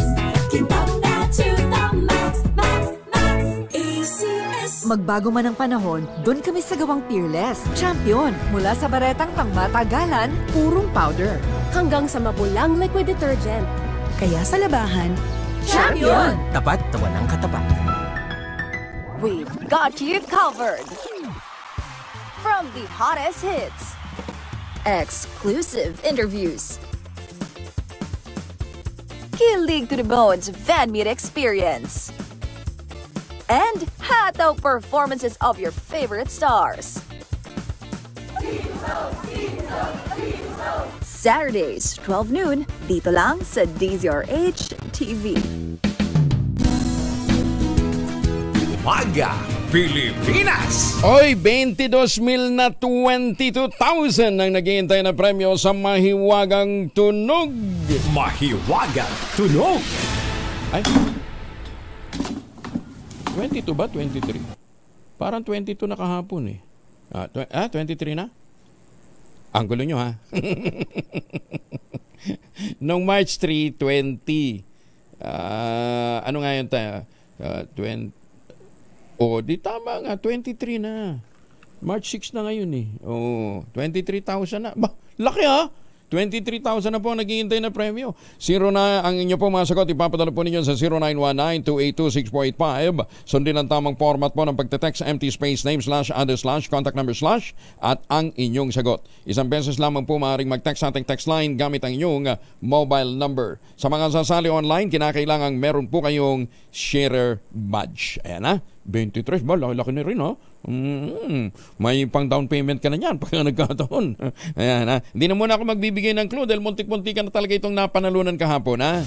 Maganda umaga, Pilipinas! Batrabaho Party List na nanawagan ng proteksyon sa mga manggagawa sa pagsisimula ng tag-init. Detalye ng balita mula kay Jel Parosa, RH52. Jel, good morning. Nanawagan ng Trabaho Party List sa gobyerno na isulong ang pangangalaga sa mga empleyado ngayong nagsisimula na ang tag-init. Ayon kay Attorney Michelle David Espiritu, tagapagsalita ng Trabaho Party List, mahalagang maalalayan ang pamahalaan ng mga manggagawang sa labas nagtatrabaho gaya ng mga tsuper, vendor, construction worker at iba pa. Sabi ni Espiritu, dapat bigyang prioridad ang mga pinaka-vulnerable ngayong nagbabala na ang Department of Health sa maaring sakit na dala ng mataas na heat index. Nakaapektado yung mga nagtatrabaho sa labas, no? Yun yung mga 3D jobs, no? Dangerous, dirty, and demanding jobs, tulad ng mga drivers, construction workers, mga nagtitinda. Kaya yun yung mga kailangan isipin, no? I-prioritize sa ganitong mga panahon, no? Bukod dito, inihayag ng Trabaho Party List na dapat isulong ng gobyerno ang green initiatives gaya na lamang ng pag-shift ng Pilipinas sa renewable energy dahil sa mga epekto ng climate change. Suportado rin ng grupong labor advisories na inilabas ng Department of Labor and Employment sa mga employer na nagpapaalalang ingatan ng kanilang mga empleyado sa tag-init. Ito si Edniel Parrosa, nag-uulat para sa DZRH. Una sa Pilipinas, una sa Pilipino. Maraming salamat, Edniel. 28 makalipas ang alas 5, kinalampag ng isang dating Energy Undersecretary ang Meralco. Ang Meralco sa paniningil ng mas malaki sa mga residential consumers kaysa sa mga malalaking commercial at mga industrial consumer. Ganun? Mas malaking binabayaran ng mga residential consumer? Sa isang liham na ipinadala kay ERC Chair Monalisa de Malanta, taas ang tinawag ni Petronilo Ilagan ang Meralco na unjust at unfair. So, doon sa mga kumakandidato ngayon, pakasilip nyo nga ito, ano ha? Ano nga nilalakad, no? Lumalakad ang prangkisa ng Meralco, hindi ba nasilip ito? Ayon naman kay De Malanta, tila sinasubsidize ng residential consumer ang mga konsumo ng kuryente ng malalaking negosyante dahil sa flat rate structure. Flat rate structure ang ipinatutupad sa mga commercial at mga industrial client. Hindi naman niya ito patas, lalo tiyak na mas mga laki ang konsumo ng kuryente ng mga negosyante o ng mga commercial at mga industrial clients. At mas mayayaman pa kaysa sa ordinaryong mga mamamayan. Ayon pa sa ating opisyal, maaaring mabigyang katuwiran ang tinatawag nilang progressive pricing sa mga residente kung sa ilalim ito kung nasa ilalim po ng social justice principle. Pero questionable pa rin na niya kung bakit kailangang pasanin ng mga ordinaryong residential user ang cost ng kuryente ng mga negosyanteng malalaki. Bilang tugon, sagot naman ng Meralco Vice President na si Jose Liriaga, ang ERC ang nagdidikta ng rate structure at implementasyon nito. Ganyan din, matagal na niyang umiiral ito mula pa noong 2003 at wala namang kumukwestiyon. Utang na loob! Dahil walang kumukwestiyon, okay lang na magpataw ng unjust at unfair rates? Aba, mukhang, doon sa mga nagmamagaling nating mga senador at mga kumakandidatong congressman, ano ito, nalusutan ho kayo nung dinideliberate ang prangkisa ng Meralco? 2003 pa daw umiiral at nagpapatuloy dahil wala namang kumukwestiyon. ERC, ano na? Sabi nila, napakahirap naman daw na sinasubsidy, mas mataas yung rate na sinisingil din sa mga at baka ipapasa lang din sa consumer. Ganun? Rate Taladro, magkano sinisingil sa yung kuryente? Sinasubsidize mo pala yung mga malalaking kumpanya. Yun, kaya pala malaking sinisingil sa'yo. Magandang umaga, Pilipinas! Magkano kaya ito pagka... tutukan natin to hindi ho biro itong usaping to. Na mas malaki ang sinisingil sa mga consumer, sa mga residential consumers, samantalang yung flat rate. Flat rate. Aba, tama ba yun? Tayong papasan dun sa gastusin ng kuryente ng mga malalaking kumpanya? Posibleng magkaroon naman ng bawas singil, biglang kumambyo naman, no? Posibleng magkaroon naman ng bawas singil ang Manila Electric Company at mga electric cooperatives ngayong buwan. Ito yung makaraang pumalo sa pinakamababang level ang presyo ng kuryente sa wholesale electricity spot market nitong Pebrero. Bumaba ng 1 sentimo ang singil sa kuryente ng Meralco sa kabila ng pagmahal ng kuryente mula naman sa power supply agreements. Bumaba rin ang 21.37 cents per kilowatt hour ang generation charge dahil sa nabawi ito sa pagbaba ng singil ng mga independent power producers at ng presyo ng kuryente sa wholesale electricity spot market. Ay, di sana bumaba pa lalo yan kapag naging rational naman yung pagsingil para doon sa mga malalaking mga kumpanya. 2 tulak ng droga arestado sa Caloocan. Detalye na balita mula kay Edwin Duque, Aris 23. Edwin, good morning. May buntag Kuwing Angel, suwak na ngayon sa kamay ng Caloocan na pulis ang anti-illegal drugs at intelligence team ang isang babae at isang lalaki na target sa ikinasang famous operation dito sa Caloocan. Ayon kay Police Colonel Edsel Canals, alas 2:15 nagmadaling araw na ikasa ang famous operation sa Reparo Street sa Barangay 78 kung saan ay naaresto sina Ronald Ricoco alias Bidam at isang Giselle Garbillo. Nakakuha sa dalawa ang 120 gramo ng shabu na nagkakalaga ng 136,000 pesos. Sa Talama Intelligence Team, mga baguhan tulak itong dalawa at wala pa raw sa drug watch list ng PNP at PIDEA. Sasampahan ng kasong paglabag sa Section 11 Republic Act 9165, violation of Section 28 Republic Act 10591 at violation of Article 151 of revised Penal Code. RS23, Edwin Duque nagulat sa Nisa Rage. Una sa Pilipinas, una sa Pilipino. Maraming salamat Edwin Duque. Samantala, dahil naman sa isinulong ni Senator Jaime Marcos na New Agrarian Emancipation Act, burado na ang halos 57.56 billion pesos na utang ng mga magsasaka sa buong bansa. Maganda rin ibinalita ni Senator Jaime na sa kabuuang 419,384 na mga titulo ng lupa na naipamagay ng libre, 414,263 agrarian reform beneficiaries na ang nakatanggap nito. Isang konkretong hakbang ang batas na ipinorsige ni Senator Jaime tungo sa tunay na pagpapalaya sa mga magsasaka mula sa bigat ng pagkakautang at pagbibigay sa kanila ng patas na oportunidad upang mapaunlad din ang kanilang kabuhayan. Zero balance o wala nang babayaran ang mga benepisyaryo na dating may utang sa ilalim ng Comprehensive Agrarian Reform Program o CARP. Sinabi pa ni Senator Jaime na deserve ng mga magbubukid na buhusan ng suporta ng gobyerno dahil sila nagpapakain sa sambayanan at sumisiguro sa food security na lalong mahalaga sa panahon ng kalamidad at sakuna. Hindi rin niya ito tungkol sa pagbura ng utang kundi ang pagbibigay ng bagong pag-asa at oportunidad sa sektor ng agrikultura na dumaranas pa rin na matinding krisis. Naninindigan naman si Senator Jaime na hindi rito matatapos ang laban para sa magpapaunlad ng sektor ng agrikultura dahil patuloy siyang magsusulong ng mga batas at mga programang tutugon sa mga pangunahing pangangailangan ng mga magsasaka. Kasama dyan yung buwan ng sahod, mas mabilis at murang transportation cost ng mga produkto, libreng abono at pestisidyo at proteksyon mula sa smuggling at di patas na kompetisyon sa lokal na merkado. Mamalengke muna tayo, kasama natin dyan sa Baclaran Market si Giselle Ricaport. RH15, Giselle, good morning. Good morning, Kuya Angel. Patuloy na tumataas ang presyo ng karne ng manok dito sa Baclaran Market. Sa Parañaque City, ang whole chicken naglalaro ng mula sa 230 kada kilo hanggang 240 kada kilo mula sa dating 180 pesos. Ang hita naman mahal din sa 240 pesos kada kilo mula sa 180 hanggang 190 pesos kada kilo noon. Ang pakpak 240 pesos, mas mahal ng 20 pesos mula sa dating 220 kada kilo, habang ang presyo naman 230 ang kada kilo ngayon mula sa 220 pesos sa mga nagkalipas na buwan. Ang atay balunan 250 pesos mula sa dating 230 pesos kada kilo. Ayon sa mga retailer, araw-araw pa rin tumataas ng 5 piso kada kilo ang presyo at 15 pesos na ang iminahal ng manok ngayon lamang buwan. Paliwanag nila, ang sabi raw ng mga dealer na limitado umano ang supply ng manok kaya mahal din ang presyohan.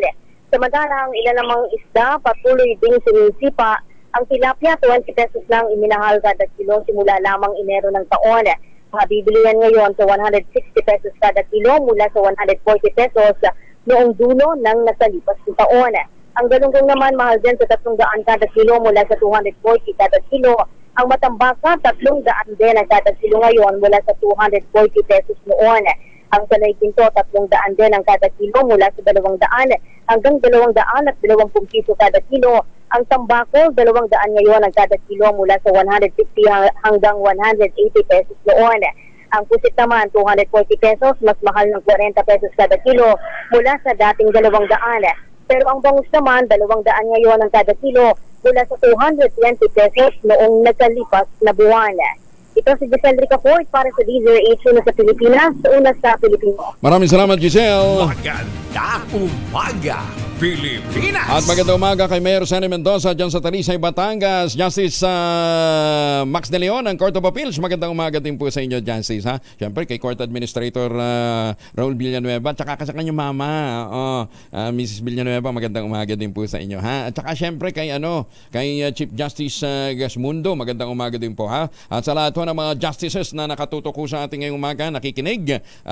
Justice Corpin, kumusta na ho kayo? Ha? Justice Tolentino, marami hong mga justices ngayon dito sa Metro Manila na nanggaling po ng Cagayan at saka ng Cebu dahil meron po silang unbank. Ha? Ayan, ingat po kayo. Ha? At magandang umaga din po sa mga suki natin dito po sa kay Ambassador Harry Amping. Ayan, ha? Mga suki natin sa Bulacan, kumusta na ho kayo? Ha? Lalong-lalo na mga taga San Rafael. Nag-feedback sa atin na Quadcom ng Congress. Baka pwede nyo nyung sulipin yung cluster ho ng mga building na ipinatayo dyan po sa San Rafael, Bulacan. Baka lamang ho yan nag-ooperate pa rin po ng pa-illegal dahil yan po itinayo para daw po sa Pogo operation. Ayan, ha? Building complex yan po sa San Rafael, Bulacan. Mukhang may mga labas-pasok pa rin daw po dyan kahit na hindi pa natatapos yung buong complex. Magandang umaga, Pilipinas! 44 makalipas ang alas 5 ng umaga, oras na para ho tayo mag-ultabayo. Pero sabi nga po ng mga dalubhasa, isang oras bago po matulog, 2 kapsula ang atin umin para ma-achieve natin ang mga benepisyo ng ultabayo. Ano bang ultabayo? Ito po'y postbiotic with Lactococcus lactis strain plasma. Ito po'y dumaan sa mahabang clinical trial sa Japan, hindi po testimonial o mga kwentong kutsero. Ang bawat kapsula ng ultabayo ay nagtataglay ng 50 billion cells ng Lactococcus lactis strain plasma. Kaya po naman, ito po'y napaka-potent na pagpasok sa ating katawan, na-activate po nito yung PDC, yung plasmacytoid dendritic cell na siyang tinatawag na madalubhasa na commander ng ating immune system. Yung po yung nagtataboy ng mga toxin sa ating katawan. Kung kaya't habang tayo natutulog, napapanumbalok mo natin ang sigla ng ating immunity. Natutulungan na tayo na ma-achieve ang magandang tulog para malabanan ang puyat, pagod at stress. Ayan, ha? Ilan lamang yan sa mga benepisyo po ng ultabayo. Para po sa mga karagdagang concerns ho ninyo, mga katanungan, mag-text po kayo sa 0917-110-6580. Ang ultabayo po ang kauna-unahang postbiotic food supplement na rehistrado sa Food and Drug Administration, halal certified. Available sa Mercury Drug, Amesco Drug, Pasmed Pharmacy, John's Pharmacy at Curamed. Pero wag nating kalimutan, ang ultabayo po ay hindi gamot at hindi dapat gamiting panggamot sa anumang uri ng sakit. 46 makalipas ang alas 5 ng umaga. Magandang umaga, Pilipinas!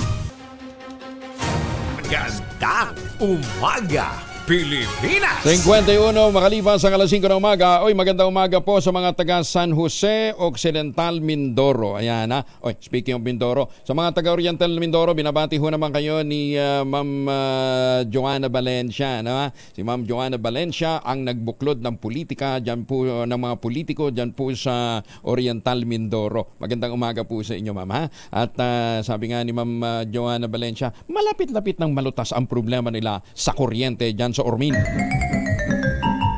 Alamin na natin ang location ng DZRH Bagong Taon, Bagong Lakas, Robing T.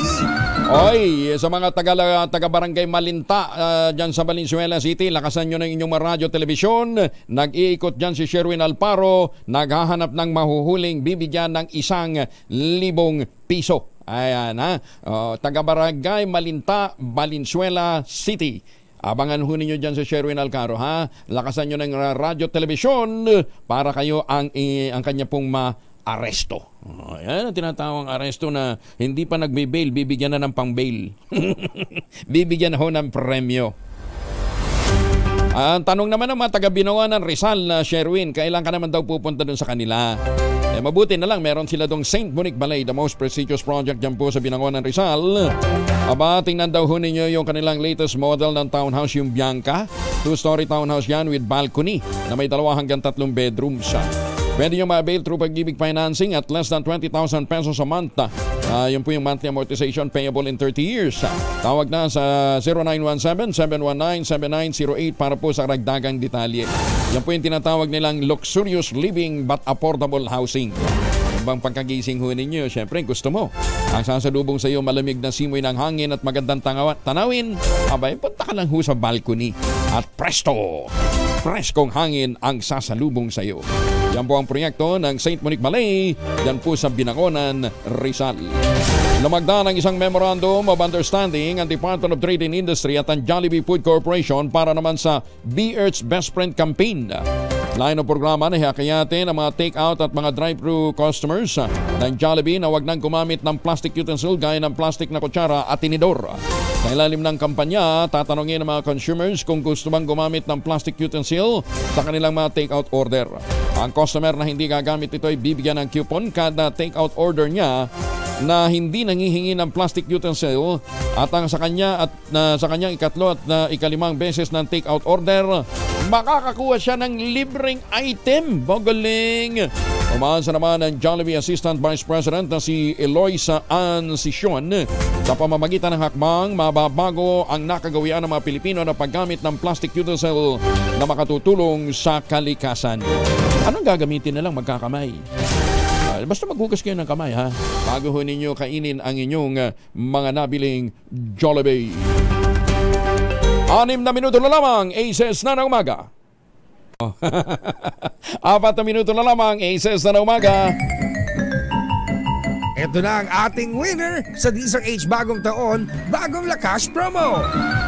Sherwin, sinong nahuli mo?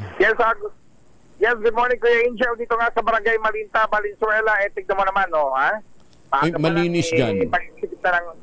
Malinis dyan. In fairness, ha? In fairness sa mga gatsalyan, ha? Oo. Saka meron lang konti pagsisikip ng dali ng trapiko dahil napaka-busy ang aga-aga rito. Busy na. Lalo na dito sa vulcanizing shop na to. Yan, tignan mo naman. Habang nagbo-vulcanize, si tatay. Tatay, pangalan mo po? Nilo Trinidad. Sino Trinidad? Nilo. Nilo. Kala ko ikaw si Sino Trinidad. Uy, pumanaw na si Chino, di ba? Ikaw talaga. Nagulat ako, kapangalan. Wala si Nilo. Tatay, tignan mo yung cellphone niya, yan. Naka-Bluetooth, naka-DZRH. Dinig na dinig sa kanyang vulcanizing shop. Yung programa mo, Kuya Angel. Lagi kayo nakatune in sa DZRH. Oo. Tignan mo yung ito, ha. Tignan mo, ang laki ng speaker dito. Yan, bino-bluetooth yung kanyang cellphone. Galing, Sino pa ulit yung announcer pag umaga? Angelo Palmones. Kuya Angel Palmones. Huwag kang galaw na galaw, kuya. Kinagalitan ba, pamira? Inubutol ako. Meron ka 1,000 pesos. Yan si Kuya Angel at siyempre, meron niya kasama pa na DZRH Grocery. Yan, para sa yan. Ano masasabi kay Kuya Angel? Maraming salamat, boss. At ako yung napuntahan nyo dito. Teka, taga saan siya, kuya? Rito, ha? Teka, taga saan? Sherwin, taga saan? Anong probinsya ni Mang Lino? Anong probinsya mo, kuya? Nueva Ecija, boss. Kabi ko na nga ba eh. Oo, may punto eh. Saan siya sa Nueva Ecija? Saan kayo sa Nueva Ecija? Banatuan. Kabanatuan. Nadadaanan yan papuntang San Jose. Oo. Bati mo mga taga-Kabanatuan. Binabati ko yung mga Kabanatuan dyan. Sila ako, nasa radyo.